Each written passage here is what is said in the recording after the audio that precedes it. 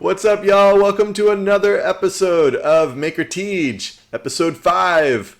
The Teej Strikes Back. Just kidding. But for real, best Star Wars film of all time, hashtag Irving Kershner. Anyway, this month's episode, we are going to be making a secret, last-minute anniversary present while the kids are sleeping and we're sneaking out into the shop to work with hand tools only. Let's see how it goes.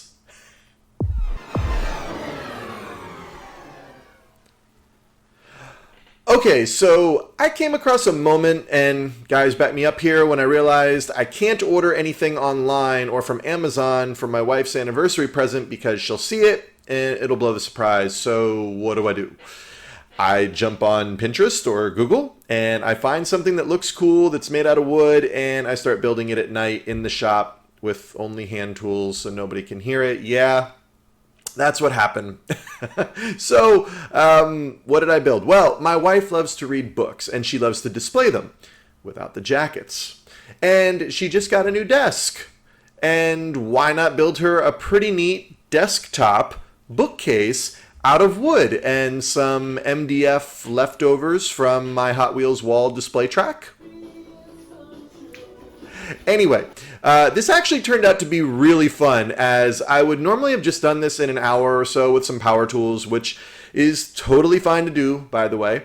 But I got to finally bust out my Japanese-style double-edged saw mini buster sword.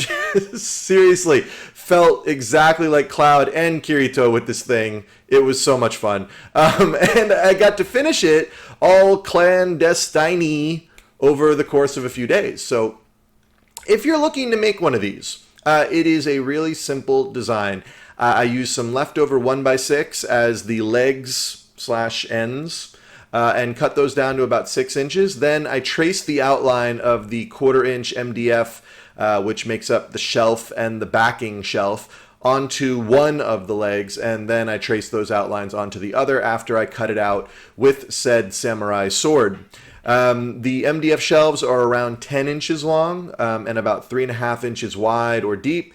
And then it's just some glue, some wood filler, some stain, or not if you don't want to, and sand it to your desired finish. Now, yes, you're absolutely right, Legolas. I did cheat here, and I used the orbital power sander in this last step because it was daytime and I was outside and the AC compressor was running right next to me to cover my cacophony, and I pulled this off, totally rocked this, secret status intact. She had no idea, and it worked out to be an awesome surprise. So here's some top tips to keep in mind while you're doing this in the dead of night.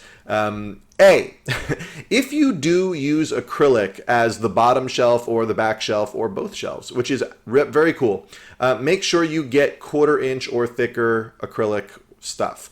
I did have a piece of acrylic laying over from some other project that I had done, making that mine. And it was really okay. It came out looking pretty cool right up until the point that I put a real hardcover book on it.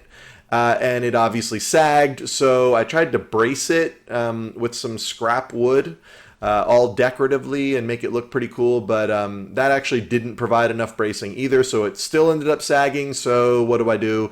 I opened up the slot with my flush saw, and I used another piece of MDF, which is holding up just fine as the bottom shelf. But the point here is optional ideas. Totally cool. Go with it. Creative. Whatever you think looks good.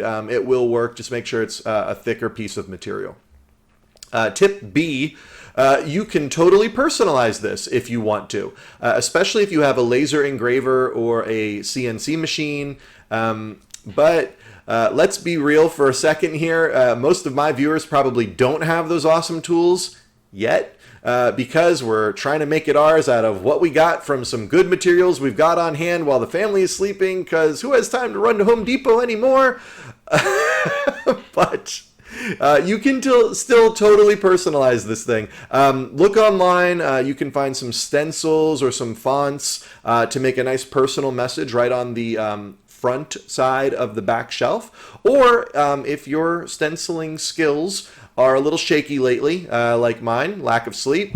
The back side of the back shelf is a very cool spot for a personalized love letter or artistic signature to your special book-loving someone, and it makes for a really cool personalization. And last tip, tip C3, P-O.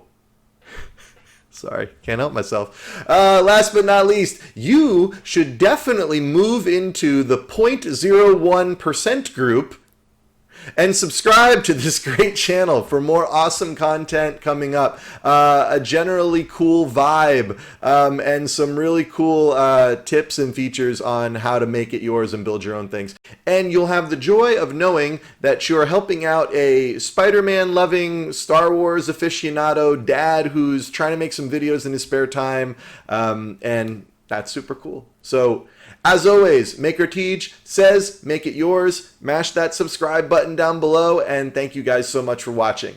Peace.